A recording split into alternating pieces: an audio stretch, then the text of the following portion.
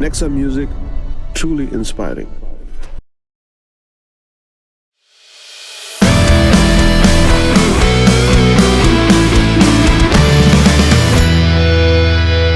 Hello and welcome to NEXA Music Season 2 podcast. My name is Nirmika Singh and today I'm in this amazing groove room with two inspiring musicians. I have with me Clinton Sereo and Bianca Gomes. Welcome. Hey. I'm welcoming you guys to your own studio. Isn't that amazing? It's lovely to be here. Lovely to be here and lovely to be here with you. Oh, thank you. You're part of the groove room today. Absolutely. Well, NEXA Music Season 2 has been an amazing journey so far, and today we're going to be chronicling all the beautiful tales and what's in store for all of us. Clinton, as we all know, is one of India's most prodigious music composers and producers, and his unmatched array of work spans across film, advertising, and music albums.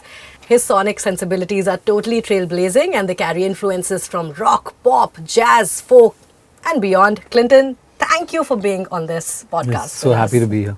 Brilliant. And we also have amongst us Bianca Gomes, and Bianca is an amazing composer, vocalist, and performer with many critically acclaimed music projects that span films and music albums. Thank you, Bianca, for joining us on this podcast. Thank you, Nirmika, for having us. Brilliant. We're so excited because the two of you also form a dynamic pop duo, which is Shor Police.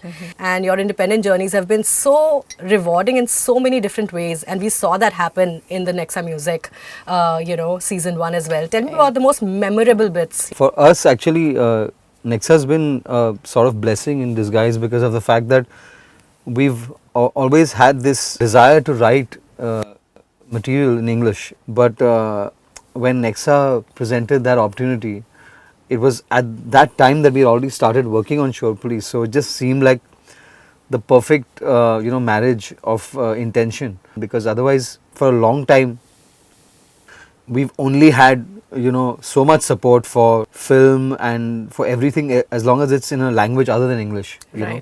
And as AR said so rightfully on at the NEXA launch, he said that I think the film industry is doing a great job for supporting content that's in Hindi and that's in any regional language. We need more stuff out there that's in English, and it's something that resonates with us as a band, and resonates with us individually as artists as well, because that's how we think.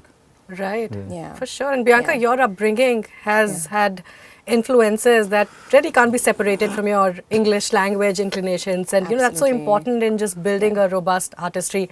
Tell me about your biggest milestones in mentoring talent in the season 1. I think it was like, as a singer myself, in this avatar of being a composer to these artists, I think it was really exciting and challenging to see the evolution of them, also how they grew from from hearing their first recordings that they had sent in to the studio, because this is where they all recorded. Just looking at how they were growing as an artist, and some of them had not even recorded in like professional studios before. So it was, first of all, exciting as a composer to write for another singer, and to understand what kind of artist they were and how they needed to be portrayed, because that was very important, rather than us just writing a cool track, but also keeping their identity was very important. So we needed to write melodies that would suit them stylistically, where they could just flourish and grow as singers behind the mic. So that, I think, that was the most important thing as a composer and writer for these kids. And how heartwarming is that? I also feel that NEXA Music presents an opportunity which is very priceless. It's also rare and also sizable, because the impact and the amplification is just off the roof. Yes. What do you feel, Clinton? Like, we really needed this, right? Absolutely. I think we needed this a long time ago, but as they say, better late than never. I think that we underestimate audiences in this country in every art form, whether it's the movies, whether it's music, or I think that audiences are ready for more and they're ready for better, but sometimes I think we let commerce and figures dictate a little too much, without sometimes having the foresight to see an industry through, and it's going to take time before you reap rewards. I mean, Indians are really good at investing in the share market. They don't mind waiting. They'll buy stocks and they'll wait for 10 years, but they won't do the same thing when it comes to investing in an artist or investing in a business. Right. And, it's a very rare point that people make about investing into something that has potential, right? Because we want to see ready returns and people are always talking about ROIs. In this, the investment was not just in the platform that we created at NEXA Music, we also mentored them. Right. We also had opportunities that they would never have otherwise in their career, which is, coming into the studio, interacting with an established musician. Right. Bianca, I want to know from you, what were the things that you were looking for, in the ideal NEXA Music candidate last year? I think the one thing that was on the top of the list was obviously individuality, because there's so much talent in our country, so much. But I think what really stands out is that you don't want to hear someone that you feel like you've heard before. Right. You don't want to hear a voice that sounds like someone else's. You want someone to just come out of the speakers at you, basically. Right. I'm like, wow. So for me, it's all about tone. Right. And that's something that an artist from the last season had, which was Nisa Shetty. She really brought it with, that was the first thing I think that got me when I heard her track. So I think that is number one, a tone that really stands out.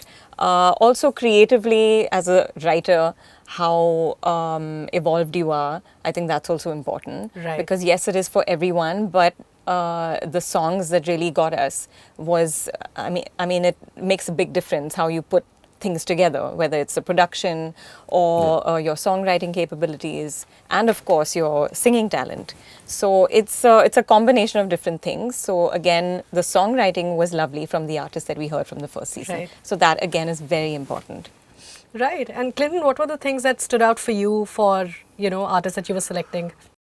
For me, it was quite a pleasant surprise to see some songs that were so finished in their thought process. Oh, wow. Not necessarily finished in terms of the sonics and the technical aspects, but very finished in terms of the intention and the idea, which was really nice and refreshing, I think. And I used to call Bianca and say, I'm going to send you something, just check this out, and this is definitely a contender. And she'd be like, wow, I didn't even realize that people in India were writing this kind of stuff. Yeah. So that was really surprising and in a very good way. So what must an artist do today, an English language original music artist, to be part of the NEXA journey?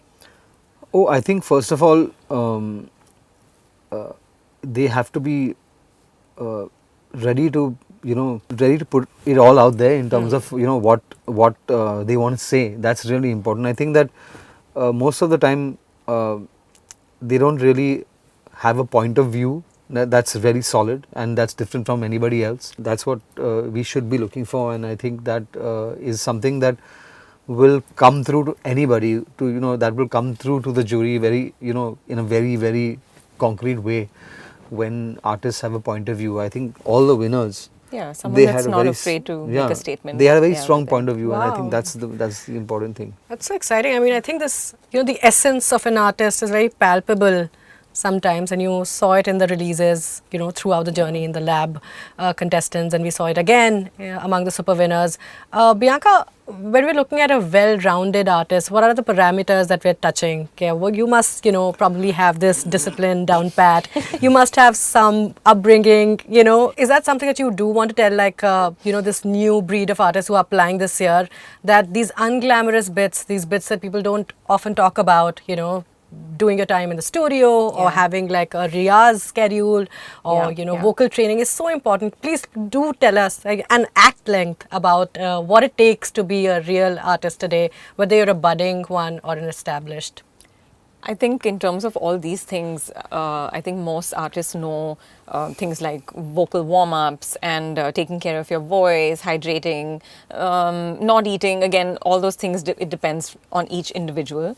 But more than anything, it's just a persistence for your craft, and really going at it, even when we've been through years of times when you get behind the mic and somehow it just, some days are good and some days are bad. And it's about getting up the next day and still working out, still rehearsing, still going at it, still writing, even though you might not feel like it. Because music is such an emotional thing, right? So you feel like, oh, if I'm feeling a bit depressed today, it's an off day. Right. But it's not. It's about just, even in whatever state you're in, just sort of going, in the depths of whatever your emotions are, Right. and putting it on paper and bringing it out in your music. Amazing. That's Because lovely. that's what it is at the end of the day, Aw. expressing yourself. That's lovely. yeah. Thank you for saying that. And Clinton, I do want you to tell people who are applying this year, people who are participating, that this opportunity is really rare, and this is it. So this is your time. No, absolutely. This is, I would say it's an appeal more than anything else, because of the fact that opportunities like these don't come around that often. So you need to, grab it with both hands, but make sure you're ready. I would say, maybe just wait it out till next year if you're not ready, because if you don't have a point of view and if you don't have something to say that's strong, then it may not work in your favor. But at the same time, if you feel you're ready, if you feel you have something to say, then now's the time to do it. And you definitely are going to find a platform and find a home at NEXA Music. So I think that's it's very rare when a brand like NEXA, that's literally in the hearts and minds of every single Indian, is willing to put their money where their mouth is, figuratively speaking, and really support something that's a very very nascent, at a very very nascent stage in our industry, in a sense, compared to what's happening in in Bollywood and in every other sphere. So I mean, the least that an artist can do, if you're an artist, that for whom this is relevant, the least you can do is participate and see where it takes you, because you may surprise yourself.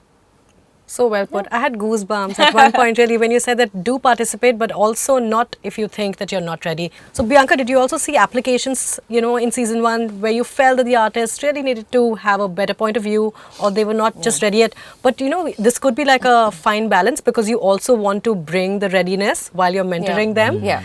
I always feel that as an artist, you listen to your own voice, you listen to your own songs, and you always feel like you're not ready. You always feel like you can do better. And as artists, we're perfectionists. We always do that. We go back and forth and we think that we're not ready.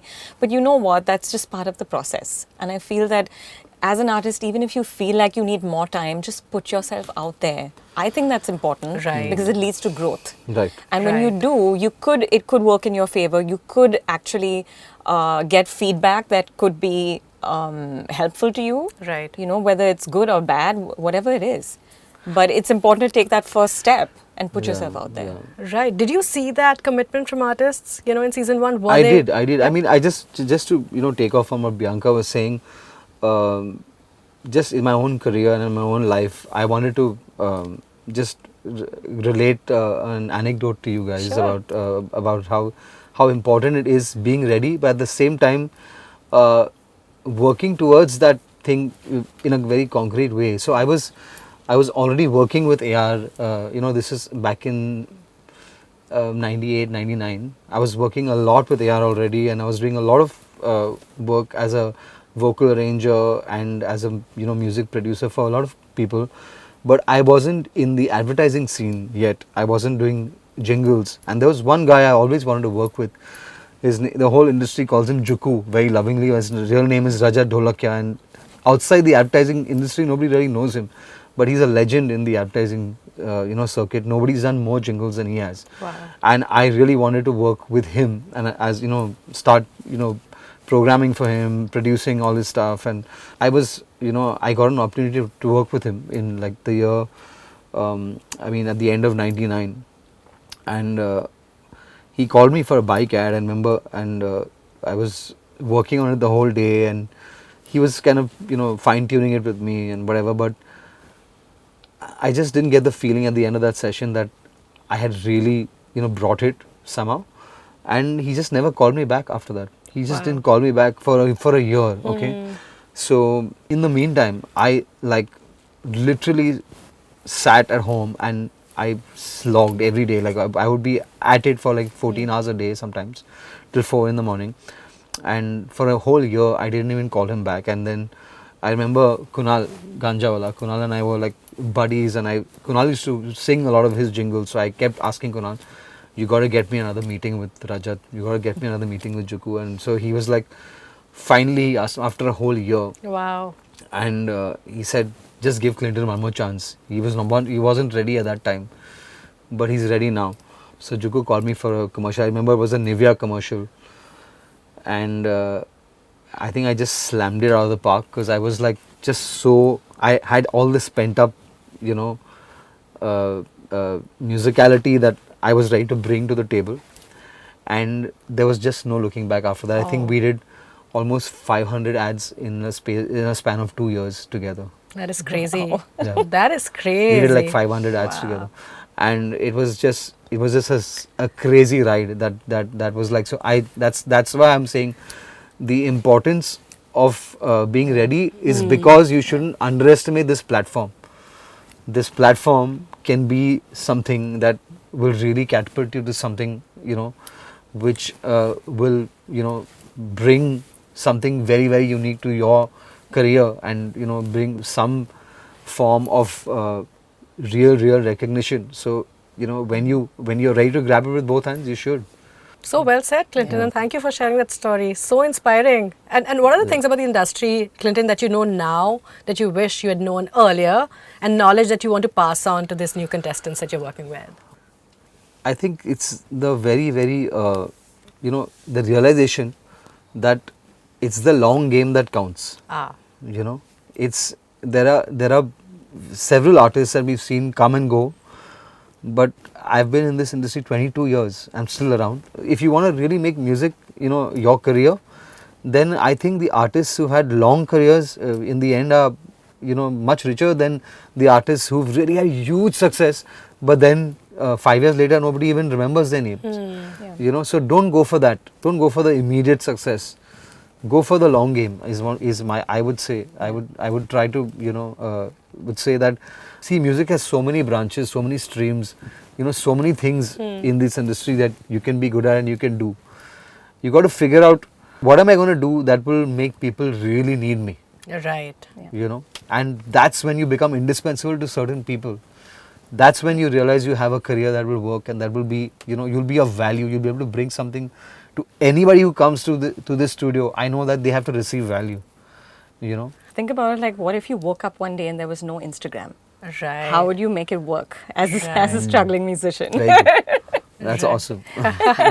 And that's one thing I think the budding breed of musicians must also realize, that there is that maybe that one USP, that one trait that sets them apart. How do you build, or how do you cultivate individuality and originality, Bianca? I think for me it was trying to figure out how to, because when I was growing up, and obviously when you start singing, you naturally try to emulate the artists that you love. So I did start out that way. For me it was Mariah Carey. But somewhere down the line I started taking songs and trying to see, okay, now how can I make this my own? And that's when you start realizing that you have your own style and your own individuality, and sort of just honing into that. I think that's really, really important. Taking songs, if you are doing covers, how do you make them your own? I think that's brilliant. Yeah, and Clinton, I mean, I'm sure there are like times when there are creative blocks, if we can ever call them that, those moments of, lull. How can young musicians deal with creative blocks? A lot of people declare that they have creative blocks, and, there's another school of thought that says there is no such thing as a creative block. We're romanticizing this little lull, which is only natural and common for other, artists also. Right. See, I think that as a session artist, I was never afforded creative blocks beyond a point, because you have to, the deadline looms large, and you have to push through, and somehow, if you're writing your own album, and like Seal, took 5 years to write the White Album, and because he felt like he didn't want to fight creative blocks, he just wanted to let it go and let it, but he had that luxury. If you're a session artist like I was, where you're doing a jingle one day and then next day somebody else has booked you for another job, then you may have a creative block one day, but it's like, it's like your creativity is on tap, so you have to be there at the studio at 11 in the morning, Right. And whether you're feeling like it or not, by 7 in the evening, you have to deliver a song or you have to deliver a jingle. So you have to push through, and it's all about, I think, somewhere finding that inner strength. Sometimes when we are empty, that's when, a force that's bigger can, move through you and you can be a channel. That's the power of music and the power of uh, musicianship, because I think that we fail to realize that sometimes when we don't have anything to say, then something can be said that's bigger than us, and that's music. Music has a power to be bigger than the artist as well. Oh, beautifully put. so true. Absolutely. And I think that the power of also putting in the effort in solitude is not celebrated enough. I feel on social media there is this peer pressure to want to be always, in congregation or, among company. But I know that the hardest of work and the most sort of excellent work is done in pure sort of bubble of your own music and your own artistry. Do you want to talk about this bit too? Because I think a lot is not spoken about, just this pure dedication and commitment to your art. I think for us, it's the other way around. We have to try and muster up dedication towards posting on social media.